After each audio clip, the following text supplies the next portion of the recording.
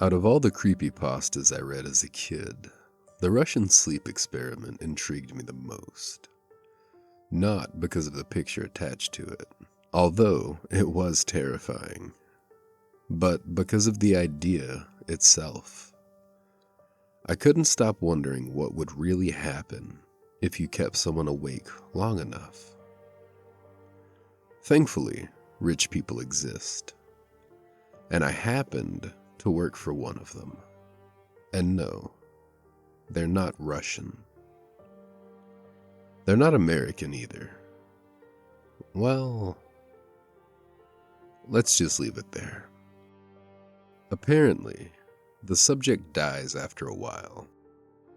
First, you keep them awake with caffeine and amphetamines until those stop working. Then, you move on to more extreme methods. Electric shocks, physical stimulation. None of it matters. After 3 days at most, the brain simply shuts down. Their eyes stay open, but the person is gone. The brain has gone to sleep. Then comes death. We call them death waves. The first wave is self-inflicted death. Around the 3rd day, the subject will do absolutely anything to fall asleep. And yes, I mean anything. That wave is easy enough to survive. You strap them down and make sure they can't move. The second wave is body temperature. This one's fascinating. The body either crashes into hypothermia and freezes to death, or swings in the opposite direction, reaching temperatures as high as 48 degrees Celsius, slowly cooking itself alive. Over the years, we've had different names for this phase: ebony and ivory, agni and rudra. As above, so below. Eventually, management decided to keep things professional. Now, we just call it unstable temperature phase. Then comes the heart attack.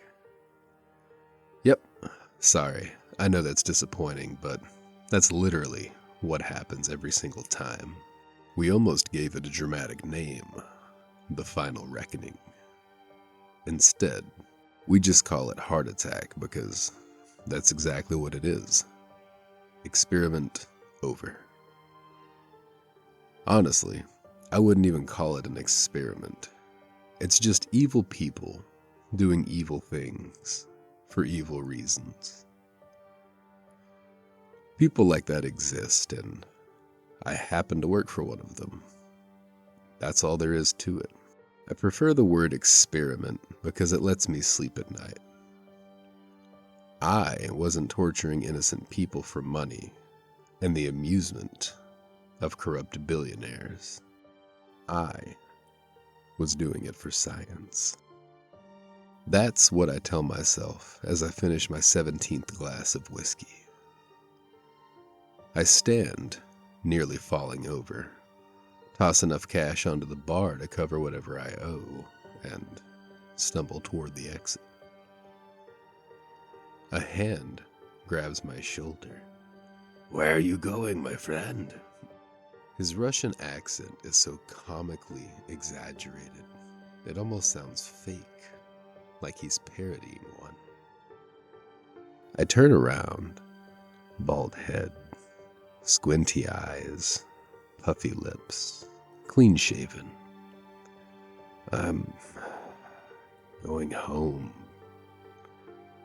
To sleep, I slur.